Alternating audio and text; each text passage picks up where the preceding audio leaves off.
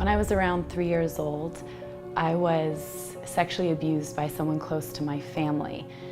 And even though I don't have a lot of memories of what happened, I do remember the way that I felt about myself after that.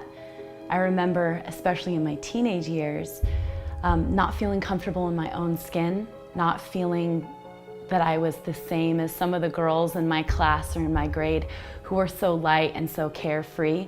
I always felt like I could never be as light and unjaded as they were. My life was out of control. I didn't fit in. I didn't have friends. I didn't know what to do with anything. So I controlled the one thing that I felt was controllable. And I wanted to change my size anyway because I was so insecure in how I looked that I just stopped eating.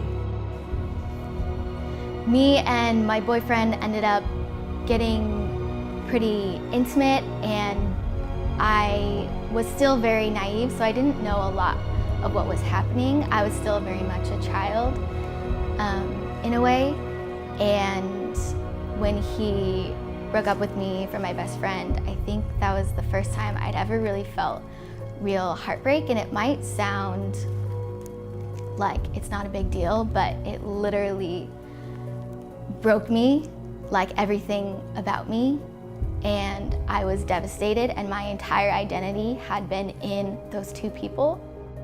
Because I didn't really care for myself, I would just want to be what other people wanted me to be so that they would like me, or that the guys would they would want to be with me or be my boyfriends. And I remember the most heartbreak that I'd experienced was when I had tried so hard and worked so hard to become who this person wanted me to be, and then later have them reject me.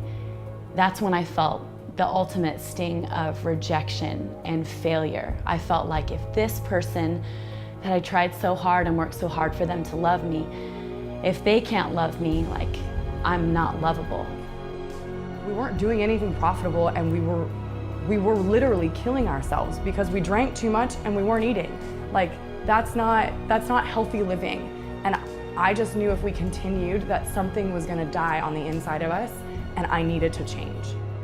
I remember one day I was at home and I was by myself, and I was in the kitchen, and I had just gotten home from hanging out with some people, and I remember thinking like, oh, like, what was I doing? That thing I said, it was so stupid. I'm so stupid. Like, no one likes me. Like, like, why do people even hang out with me? Like, I'm so dumb. Like, I'm so dumb. Like, I'm so ugly. And I was just repeating these things over and over in my head to myself as I'm replaying a conversation I just had with someone. And I stopped in the middle of everything, and I thought, like, oh my gosh, I'm saying these things to myself. Like, no one else is saying these things about me. It's all coming from me.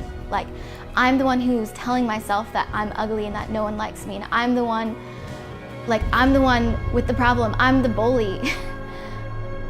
If I could say anything to anybody, it would just be, know who you are and know that you are loved, you are beautiful, and that is truth. And if you live in the knowledge of who you are from the inside out, and you live with that identity, nothing can take you off that path. You don't need to change who you are so that other people will approve of you or will love you. You're lovable just the way that you are. And I think that that statement holds true for every young girl out there who is struggling with her worth and her identity.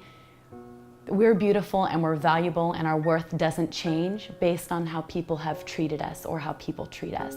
We are valuable.